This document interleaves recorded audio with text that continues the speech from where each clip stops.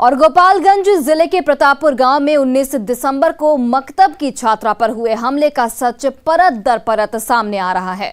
मुख्य आरोपी रजीक अहमद उर्फ गुड्डन की गिरफ्तारी के बाद पीड़िता ने एक ऑडियो जारी किया है जिससे खलबली मच गई है। क्या है पूरा सच, इस रिपोर्ट में देखिए। अभी से बोलो। हाँ, क्या क्या हुआ शुरू से बोलो। बने शुरू से। हाँ, लंच के वक्त हुआ था तो वो आया था।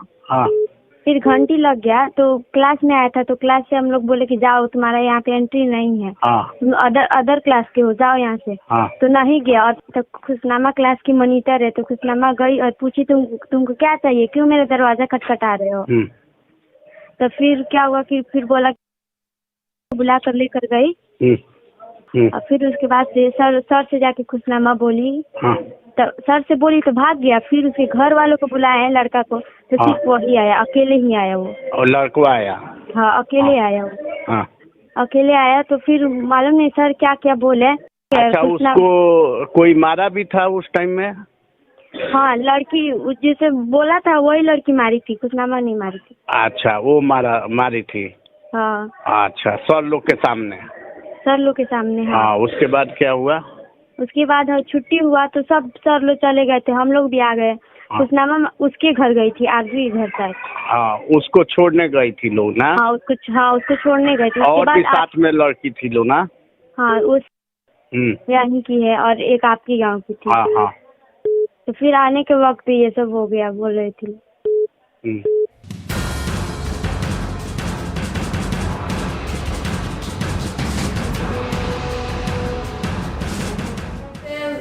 चाहती हूँ कि वो लड़का को फांसी का सजा दे और सब लड़की जो भी डरी है वो फिर स्कूल जा सके। जब तक वो लड़का जिंदा रहेगा वो लड़की कोई भी स्कूल नहीं जा सकती। अपने गुनहगार के लिए फांसी की मांग करती ये वही गोपालगंज की छात्रा है जिसे 19 दिसंबर को प्रतापपुर में स्कूल से लौटते समय चाकू से गोद दिया गया था। अस्पताल के बिस्तर पर जिंदगी की जंग लड़ रही छात्रा ने पहली बार न्यूज 18 पर अपनी आप बीती बताई। मासूम छात्रा ने बताया कि कैसे गुड्डन नाम के गुंडे ने उसे बीच सड़क पर चाकू से गोद दिया। हाँ, मैं घर आ रही थी तो मुझे रास्ते में चाकू मार दिया। कितने की संख्या में थे वो? 4 थे, पर वो एक ही हमला किया था। और कोई बचाने गांव के लोग नहीं आए? नहीं, एक तो भैया लास्ट में आए तो उन्हें भी थोड़ा सा चाकू लगा था। पीड़ित छात्रा एयर होस्टेस बनकर पिता का नाम रोशन करना चाहती थी, लेकिन उसे मिल गई किसी और को मदद करने की सजा, जिसे गुड्डन नाम का गुंडा छेड़ा करता था। मैं स्कूल जाती थी कि मैं पढ़ लिख के अपने पापा का नाम रोशन करूंगी एयर होस्टेस बनके। और मैं हेल्प एक लड़की का कर दी तो उसमें क्या बुरा था कि वो मुझे मार दिए चाकू से। किसी का हेल्प करना तो बुरा बात नहीं है ना। घायल छात्रा की गलती बस इतनी थी कि उसने क्लास का मॉनिटर होने की वजह से उस लड़की की मदद की जिसे गुड्डन छेड़ा करता था, जो परेशान होकर सुसाइड करने जा रही थी। अब जरा उस चश्मदीद की बात भी सुन लीजिए जो घटना के वक्त मौके पर मौजूद थी। पकड़ के मारे लगो, कोई ना बचाओ तो गाँव के, तब तक हमने चिल्ला लगी तो दूसर कोई बाइक से आओ तो तुम्हें बचोगे। अब हमने के डर लगा तो स्कूल ऐसे हमने के नहीं समझात। घटना के बाद से स्कूल की छात्राएं डरी हुई हैं और बुधवार को भी छात्र छात्राओं की उपस्थिति मात्र 10% ही रही। छात्रों के परिजनों का कहना है कि जब तक पुलिस प्रशासन सुरक्षा को लेकर आश्वस्त नहीं करेगा तब तक डर के मारे कोई छात्रा स्कूल नहीं जाएगी। हमको प्रशासन से अनुरोध है कि वो सख्त से सख्त कार्रवाई करें। अभी कोई भी बच्चे अभी स्कूल में नहीं जा रहे हैं तो स्कूल को अभी तो ताला लग जाएगा। अभी पूरे गांव पूरे एकदम डर के मारे ऐसे पूरे एकदम खौफ में है। एक नाबालिग लड़की जो भर्ती हुई थी उनका इलाज हमारे डॉक्टर प्रोफेसर IB प्रसाद की यूनिट में भर्ती करके किया जा रहा है और अभी मरीज खतरे के बाहर है, उसकी स्थिति अभी ठीक है। हालांकि घायल छात्रा की हालत पहले से बेहतर है, लेकिन सवाल है कि घटना के बाकी आरोपी कब तक गिरफ्तार होंगे। न्यूज 18 के लिए गोपालगंज से गोविंद और पटना से रजनीश कुमार की रिपोर्ट। और खबर पूर्णिया से, जहां एक टीचर को अश्लील गाने का विरोध करना महंगा पड़ गया। आरोपियों ने टीचर असलम पर जानलेवा हमला किया है। हमले का आरोप पड़ोस के मुख्तार पर लगाया गया है। फिलहाल पुलिस आरोपी की तलाश में जुट गई है।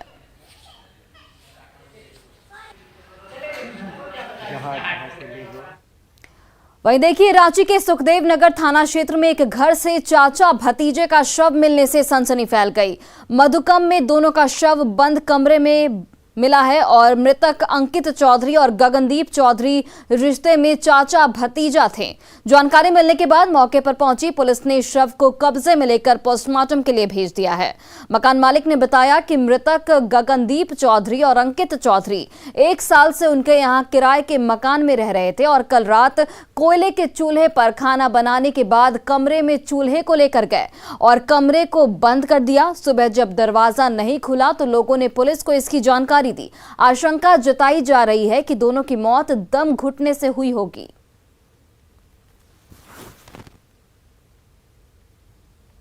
और अगली खबर गुमला से, जहां डॉक्टर आरबी चौधरी के हत्याकांड के मामले में कोर्ट ने 5 आरोपियों को आजीवन कारावास की सजा सुनाई। साथ ही उन पर 20-20 हजार रुपए का भी जुर्माना लगाया है।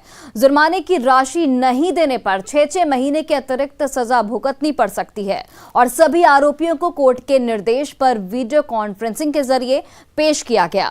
गुमले के आरसीएच पदाधिकारी डॉक्टर आरबी चौधरी का अपराधियों ने 30 अप्रैल 2015 की शाम उनके जसपुर रोड स्थित प्राइवेट क्लिनिक से अपहरण कर लिया था, जिसके बाद उनका शव रायडीह थाना क्षेत्र के शाही टोली के जंगल से बरामद किया गया था। और अब इस पूरे मामले की पुलिस तफ्तीश में जुट गई है।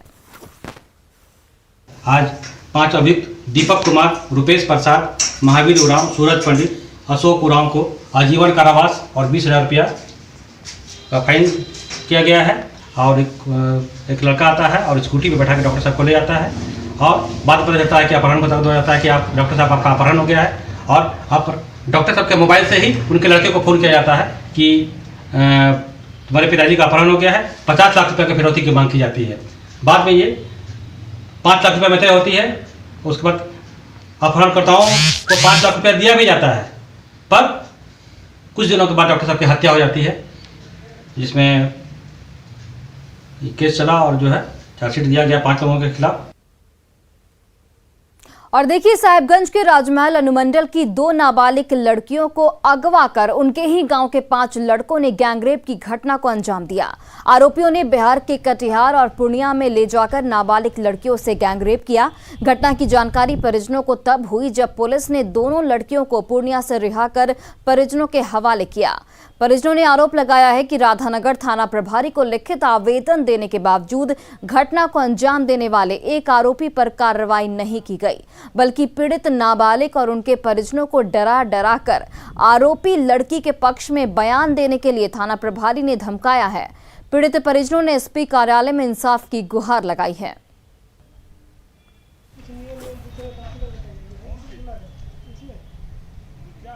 राधानगर थाना से एक मामला आया था, जो कि बच्चियों का मानव तस्करी के लिए ले जाया गया था। बच्चियां बरामद थाना प्रभारी राधानगर द्वारा करके लाई गई थी। बच्चियों का बयान भी 164 प्रसव में कराया जा चुका है।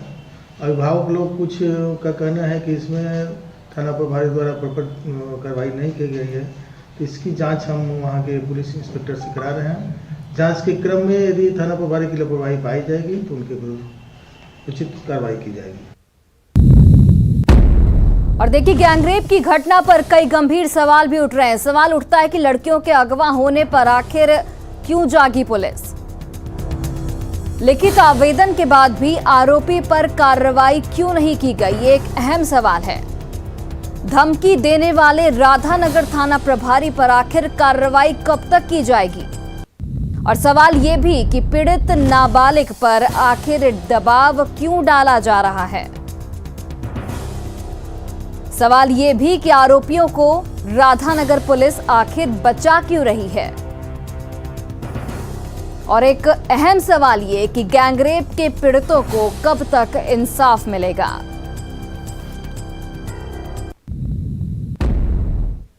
देवघर में रुपए की खातिर दोस्त ने दोस्त की जान ले ली। घटना देवघर के जसीरी थाना क्षेत्र के रोहिणी गांव की है, जहां गगन मिश्रा के नाबालिग बेटे को उसके दो दोस्त अपने साथ ले गए और फिर पलंगा पहाड़ी के पीछे उसकी हत्या कर दी। इसके बाद शव को 3 टुकड़ों में काटकर झाड़ियों में फेंक दिया गया। इतना ही नहीं, परिजनों को फोन कर 5 लाख रुपए की फिरौती भी मांगी गई और पुलिस ने एक आरोपी को इस पूरे मामले को लेकर गिरफ्तार कर लिया है। वहीं हत्याकांड में इस्तेमाल किए गए धारदार हथियार और मृतक का मोबाइल भी पुलिस ने बरामद कर लिया है।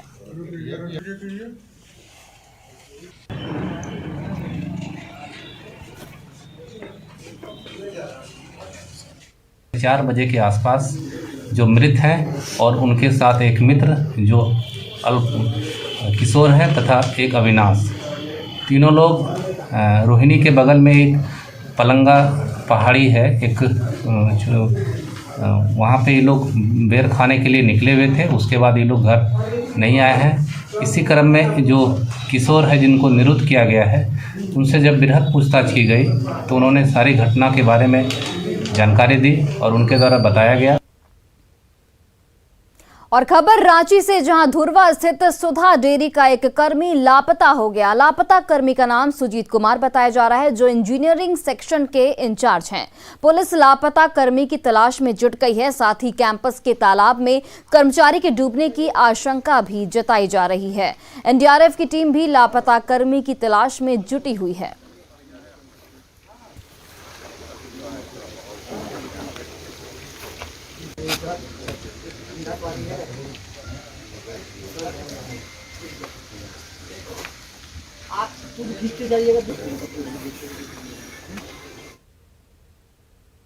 पलामू में भीड़ का खौफनाक चेहरा सामने आया है। यहां ग्रामीणों ने प्रेम प्रसंग और छेड़खानी के एक आरोपी युवक को पेड़ से उल्टा लटकाकर बेरहमी से पिटाई की। उसके बाल काट दिए गए। क्रूरता की ये तस्वीरें सोशल मीडिया पर अब जमकर वायरल हुई।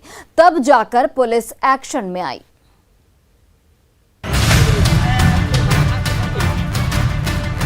पेड़ से उल्टा युवक, रहम की भीख मांग रहा युवक और तमाशबीन बने लोग, वीडियो बनाते लोग। बेहद क्रूर अंदाज में युवक को दी जा रही सजा की ये तस्वीरें पलामू की बताई जा रही है, जो इन दिनों सोशल मीडिया पर तेजी से वायरल हो रहा है। ये खौफनाक वीडियो पलामू के लेस्लीगंज थाना क्षेत्र के कर्मा इलाके का बताया जाता है, जो 5 दिन पुराना है। पेड़ से उल्टा लटकाकर युवक की बेरहमी से पिटाई की जा रही है। तो अब जरा दूसरी तस्वीर भी देख लीजिए, जिसमें इस युवक के बाल काटे जा रहे हैं। युवक बार बार गुहार लगा रहा है, लेकिन भीड़ पर आक्रोश इस कदर चढ़ा है कि कोई इसकी सुनने को तैयार नहीं। वायरल हुई इस तस्वीर में जिस युवक से ज्यादती की जा रही है, वो सतबरबा प्रखंड के कर्मा गांव का रहने वाला है। इसकी गलती ये थी कि इसने गांव की एक लड़की के साथ छेड़खानी कर दी। ग्रामीणों की माने तो अक्सर ये युवक लड़की के साथ प्रेम के नाम पर छेड़खानी किया करता था, जिसकी सजा इसे दी जा रही है। वैसे पुलिस ने वायरल हुए वीडियो की पुष्टि करते हुए मामले की जांच तेज कर दी है, लेकिन सवाल खड़े हो रहे हैं कि आखिर इंसान के प्रति ऐसा वहशीपन क्यों है? हाथ में कानून लेने का अधिकार किसने दिया? आरोपी की यदि गलती थी तो पुलिस को क्यों नहीं सौंपा गया? ये कुछ सवाल हैं जो सभ्य कहलाने वाले समाज के लिए हैं, उन ठेकेदारों के लिए हैं जो खुद को पंच और सरपंच मानते हैं। संजय भारती, न्यूज़ 18 पलामू।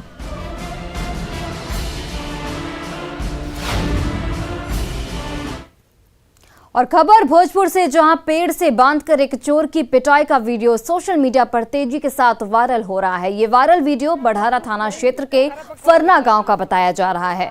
वीडियो के बारे में बताया जा रहा है कि मंदिर के दान पेटी का ताला तोड़कर 80,000 रुपए चोरी के मामले में चोर की पिटाई की जा रही है। वीडियो में कुछ लोग चोरी की घटना की तफ्तीश के साथ ही ताला कैसे तोड़ा गया, इस बारे में चोर से पूछताछ में जुट गए हैं। यार लोग टूट जाई पोखरा पर कितना रुपया ले पेचकस कहां बा? पेचकस से खा पेचकस ओकरे भी ले के लेके आई वो ले जाओ पेचकस अभी तू खया महीने हमरा साथ खाने पिए सब कोई के गांव के लोग का फोटो अब वायरल मन तो के दो आदमी भी तीन आदमी भी बा गांव के आदमी के फोटो ना गांव का आदमी के फोटो वायरल ना होके के चाहिए तीन वाले होई ना अभी ना 2 दिन के बाद बोले दे कम से कम बोले दे हेलो रोके और खबर नवादा से, जहां एक महिला के साथ दुष्कर्म की वारदात को अंजाम दिया गया और उसका वीडियो बनाकर वायरल कर दिया गया। वारदात 7 दिसंबर की है। पीड़िता ने महिला थाने में एफआईआर दर्ज कराई। आरोपी पातो साव पर आरोप लगाया गया है और पीड़ित के मुताबिक उसके पति चेन्नई में मजदूरी करते हैं और पैसों की जरूरत होने पर वो पातो साव के पास गई थी। इसी दौरान उसने चाय में नशीली दवा मिलाकर पिला दिया और दुष्कर्म किया, साथ ही वीडियो भी बनाया और इस वीडियो को अब वायरल कर दिया गया है। फिलहाल आरोपी फरार बताया जा रहा है और पुलिस आरोपी की तलाश में जुटी हुई है।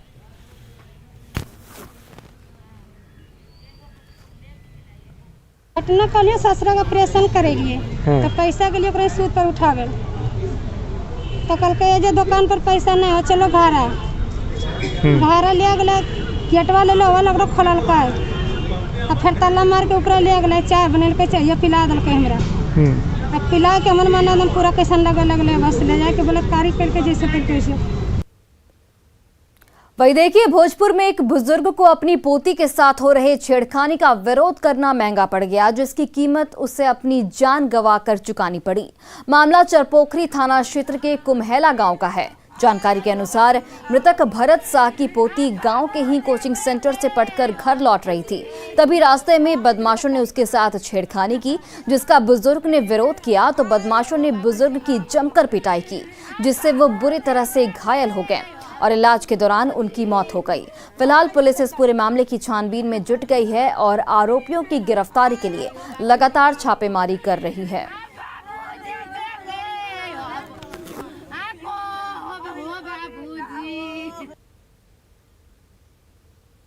और सिवान में हथियारों के साथ फायरिंग करने का एक वीडियो वायरल हो रहा है। पिस्टल और राइफल से ताबड़तोड़ फायरिंग की जा रही है। हालांकि न्यूज़ 18 इस वायरल वीडियो की पुष्टि नहीं करता।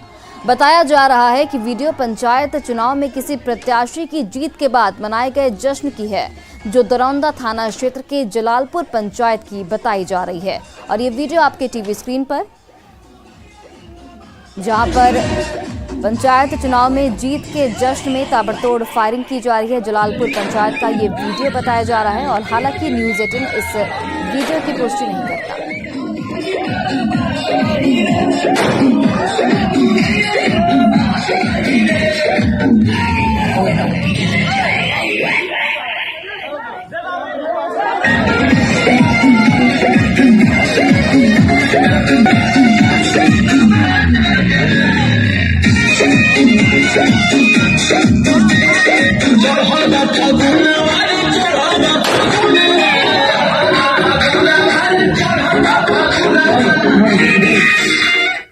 और पटना में अपराधी बेलगाम हैं, जहां बदमाशों ने जक्कनपुर थाना क्षेत्र के मीठापुर सब्जी मंडी के पास एक आटा व्यवसायी से 42,000 रुपए की लूट की।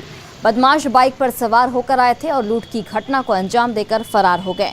अपराधियों की पहचान नहीं हो पाई है। मामले की जानकारी मिलते ही पुलिस घटनास्थल पर पहुंची और स्टेट बैंक में लगे सीसीटीवी कैमरे को खंगालने में जुट गई है। लगातार लूट छिनतई की घटनाओं से इलाके में दहशत का माहौल बना हुआ है।